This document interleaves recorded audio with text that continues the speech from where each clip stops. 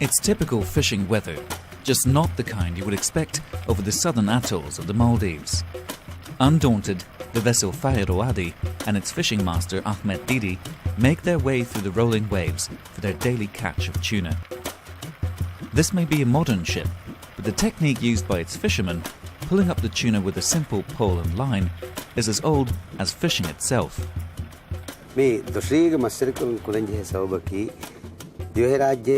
Amuko kuristuran fesikin kura maserikamaki doshiga maserikamaka vefa doshiga maserikan kuruma kung maserikamaka itur badalin nana kam lafa kuraveti doshiga maserikam kura den dajahaga maserikan kura kam banya e dohoge kamakashe kamani emema dajahaga maserikan goggen rajyega maserikan duhaka dasadana kam lafa kuraveti ehem vegen doshiga maserikam kura.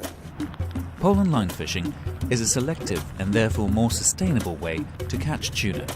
Only fish of a certain size are caught, leaving juveniles to grow to spawning age and replenish the stock in the future. Small bait fish are thrown over the side of the boat to lure the tuna to the water surface. The fishermen use the acceleration of the fish as they race to get their prey, hook them and fling them onto the ship's flat deck. The Maldivian tuna fishery forms a sharp contrast to how most tuna is caught elsewhere. Being one of the world's most favoured fish, tuna stocks are being heavily overfished around the globe. Here in the Pacific, one of the world's largest remaining tuna fishing grounds, most skipjack is caught by a method known as purse seining. A large net is drawn around a school of fish by a skiff and then tightened from the bottom like a purse. Such a net, often set on a floating fish aggregation device, catches the entire school of tuna, but also takes in all the juvenile fish and non-target species, such as sharks, that may be swimming with the tuna. The sheer volume of bycatch lifted from the region by purse seiners makes this fishing method highly unsustainable. Moreover, these industrial vessels, some of them operating illegally, come to fish Pacific waters from half the world away. By contrast, the Maldivian pole and line boats are owned by cooperatives of local fishermen who all fairly share the profits of their daily catch. Unlike most Pacific nations, the Maldives are letting its own fleet fish its waters to keep the tuna revenue within the country. Velivaru, in the North Atolls, is home to one of the country's own tuna canneries. It's a modern fish processing plant operating to the strictest regulations of health and safety. Both fishing and fish processing are vital to the Maldives economy and provide crucial local employment. There are around 500 local people working in this plant. That means 500 families, local families, are looked after. And for fishermen, we pay cash daily. So compared to other industries, what we get from for the company is very well distributed through the community.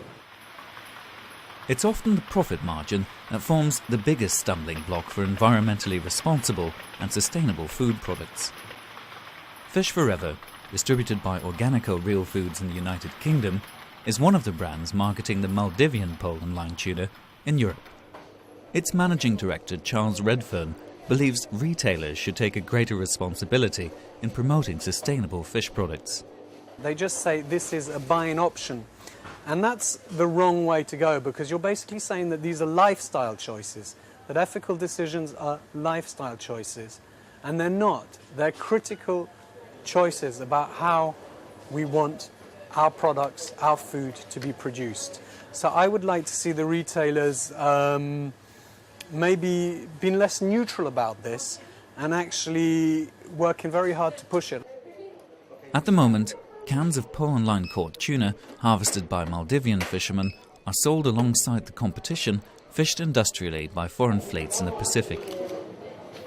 Being more labour-intensive and at higher production costs, the Maldivian tuna is having a hard time competing. We hope that people in other countries will realize that we are doing something for the sustainability, and we hope that one day people will pay more for our fish. But today, the reality is we get the same price as purse seine fishing and pole and line fishing. There is no difference. In the end, we will have no choice If we want to run the factory, if we want to do this, we have to go for what everyone else is doing. Just go for the percent. In the absence of sustainable fisheries management for the Indian Ocean, the Maldivian tuna could come under pressure in the future. For the time being, however, the tuna caught here by pole and line forms one of the most sustainable, fair and transparent seafood products available today. But these fishermen can only stay afloat if both retailers and consumers make the choices that support them and their ancient way of fishing.